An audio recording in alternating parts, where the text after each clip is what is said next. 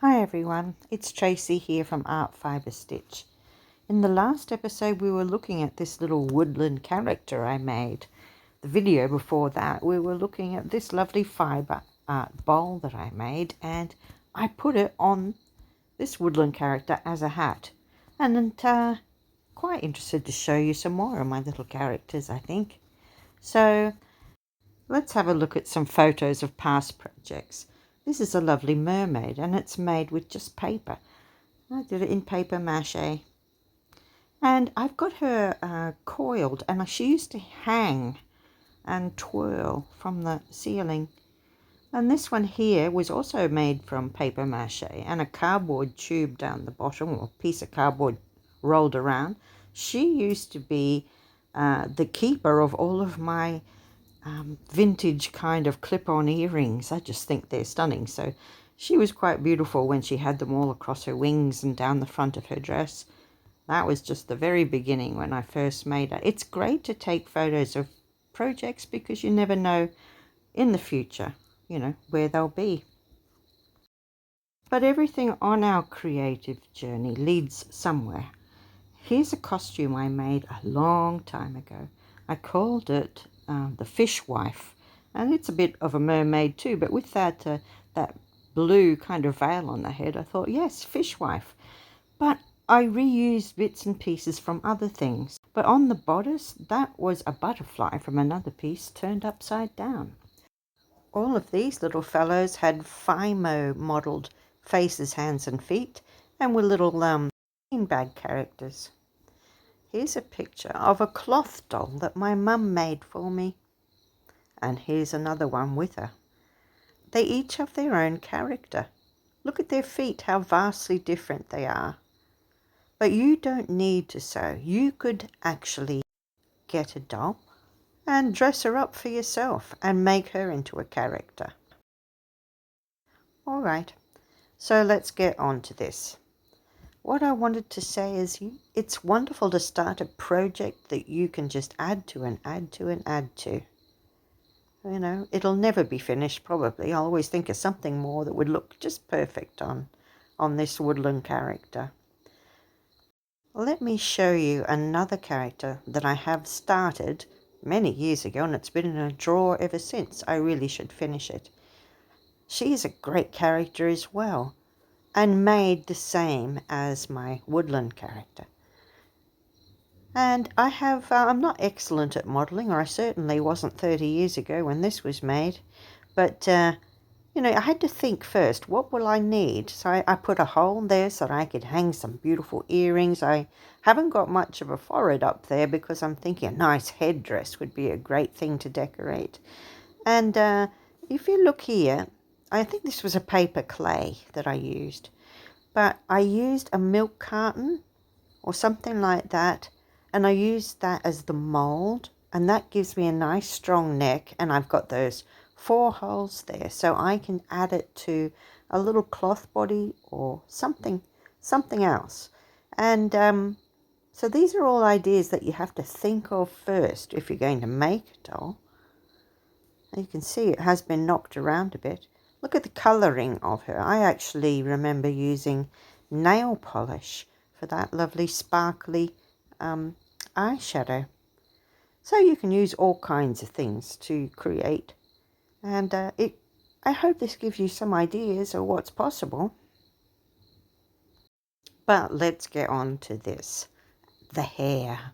I'm comparing it now with that old fishwife costume I had. Similar, very similar.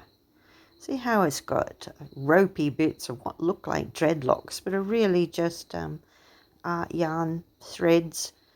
Some are hairy, some are fluffy. It just looks like a tangle. I wanted this to be a character that looked like it belonged in the woods, and everything it wore was made from that. And he has this lovely, what's it, a cape, I think. And that vest in the center there, can you see?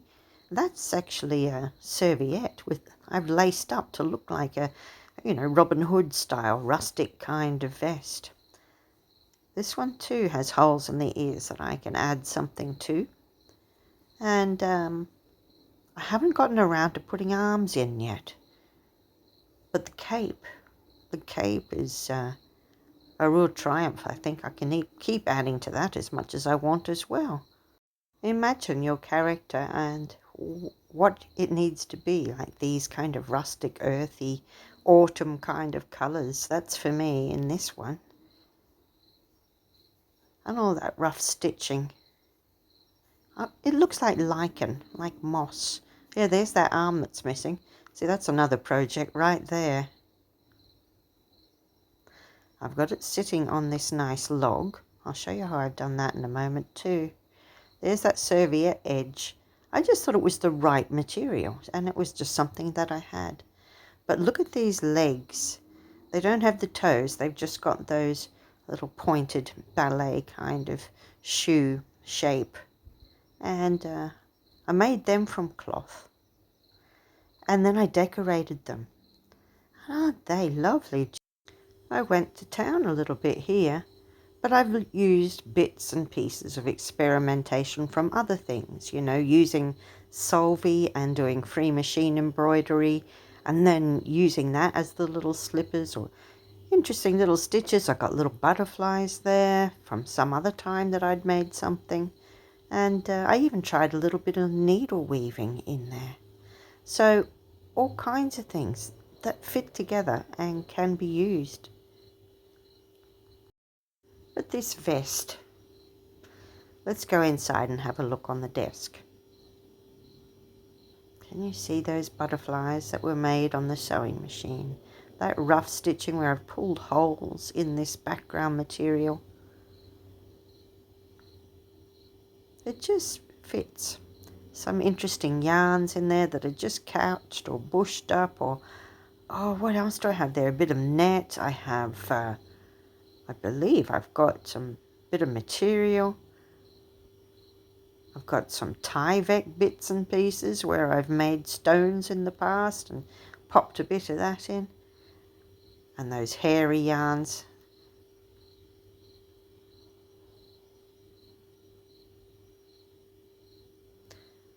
So all of it all together really does make what I think of. There's that needle. That needle weaving, those little leaves, three-dimensional. And there's a bit of that Tyvek. So really, anything. It looks like he's trailed his little vest through the forest and collected bits as it goes. That's the back. Now what I wanted to show you that for was because I'm interested to show you this. Now when I'm dyeing, and I do a lot of dyeing, I like to have a piece of something like this, which is scrim or gauze, and I like to just pick up all the random bits of dye that are left, and I'll end up with something like that. Now when I spread it out, you can see it does have quite a few colours in it. And this is similar to what I used on this. And there is the back side. You know, and it was perfect because I want it to be raggedy. I don't want to have to worry about hemmed edges or something. So I loved that torn kind of look on the edges. And it gave me plenty of scope for play. Can you imagine what more you'd want to add? You know, I just keep thinking of extra things. Now I wanted mine to be sat inside, and when I found this lovely little bit of chopped up log, I thought perfect. So I sealed the top and the bottom. I drilled a hole, and I popped in a dowel.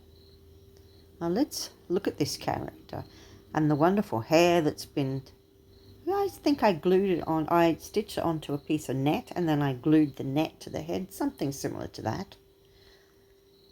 And that worked well.